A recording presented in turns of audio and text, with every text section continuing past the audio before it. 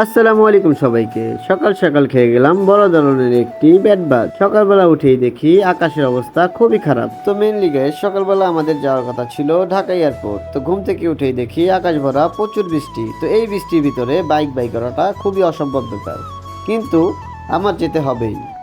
Mainly অনেকদিন পরে আমার এক ভাই আসতেছে বিদেশ থেকে, তো তাকে রিসিভ করার জন্য ঢাকা এয়ারপোর্ট যেতে হবে আমাদের সবার। তো যে ওয়েদার, এই ওয়েদারে আসলে ম্যানুয়ালি যাওয়া ছাড়া কোনো ওয়ে নেই, কারণ যে পরিমাণ বৃষ্টি হচ্ছে এই বৃষ্টিতে বাইক চালানো অসম্ভব।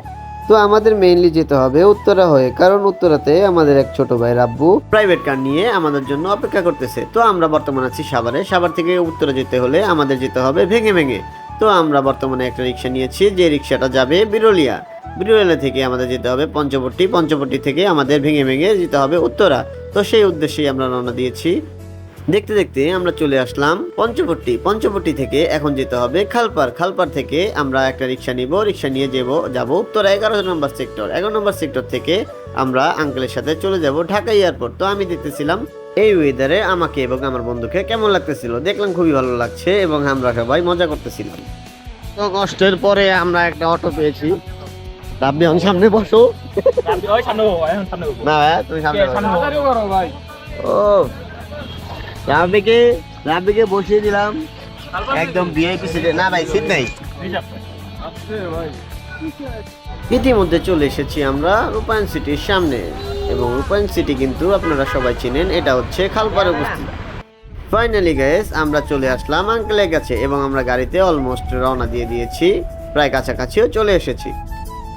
তো ফাইনালি আমরা চলে আসি ঢাকা এয়ারপোর্ট, এবং এসেই আমরা ভাইকে কল দিই। ভাই বলে যে সে আগের টার্মিনালেই আছে, তাই আমরা আগে টার্মিনালে ছিল, 1 নম্বর টার্মিনালে ছিল, সেই কারণে আমরা এক নম্বর টার্মিনালে চলে আসি।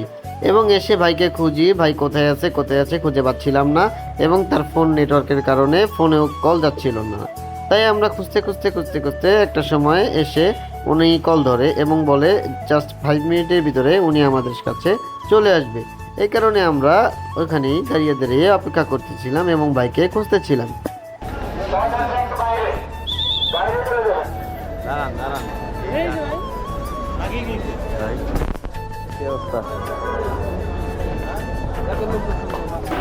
তো ফাইনালি গাইস আমরা ভাইকে পেয়ে যাই, এবং এটাই হচ্ছে আমাদের সেই ইঞ্জিনিয়ার ভাই সাব্বির।